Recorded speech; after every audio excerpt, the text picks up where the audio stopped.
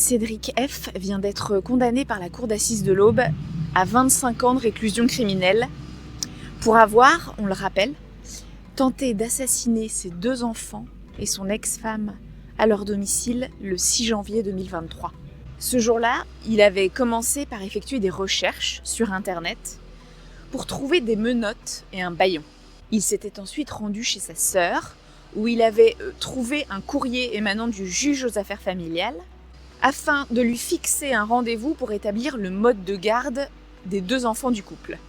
Dans une posture de victimisation, comme depuis toujours, il s'était mis en tête qu'elle voulait obtenir la garde exclusive de ses enfants, ce qui n'était en fait pas du tout le cas.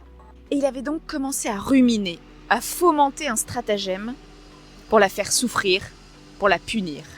Il s'était rendu dans un magasin de bricolage, il s'était procuré une hache et un pied de biche, puis s'était rendu devant le domicile qu'il occupait auparavant, celui de son ex-compagne et de ses enfants, et il avait attendu là, dans sa voiture, pendant plus de 3 heures, à attendre que les lumières s'éteignent, que tout le monde soit couché. Il avait alors fracturé une porte, cherché son ex-compagne dans toutes les pièces du rez-de-chaussée, avant de se rendre à l'étage.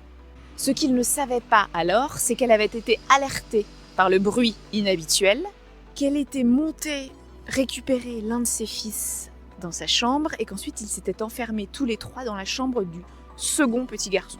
Lorsqu'elle avait vu le faisceau lumineux de la lampe frontale de Cédric F. sous la porte, elle avait immédiatement composé le 17 et prévenu la gendarmerie de ce qui se jouait sous son toit. Lorsque la porte a cédé, elle s'est rendue compte qu'il ne s'agissait pas d'un cambrioleur, mais de son ex-conjoint, lequel, le regard froid et déterminé, a foncé sur ses enfants. Il leur a asséné au moins 10 coups de hache, les blessant grièvement avant de redescendre et de déclencher un incendie en 3 endroits différents de la maison. Il s'était ensuite entaillé les poignets, avait renversé tous les meubles avant de prendre la fuite. Les 3 victimes à l'étage, piégées dans la maison en flammes, n'avaient alors dû leur salut qu'au fait que la mère de famille était toujours en possession de son téléphone portable et qu'elle avait pu prévenir non seulement la gendarmerie, mais également des proches.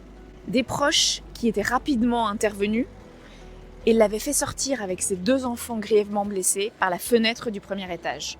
Une fuite de 3 jours, une interpellation, une hospitalisation, une garde à vue et depuis le 11 janvier 2023, une détention provisoire. Celle-ci vient de s'achever ce vendredi avec sa condamnation à 25 ans de réclusion criminelle.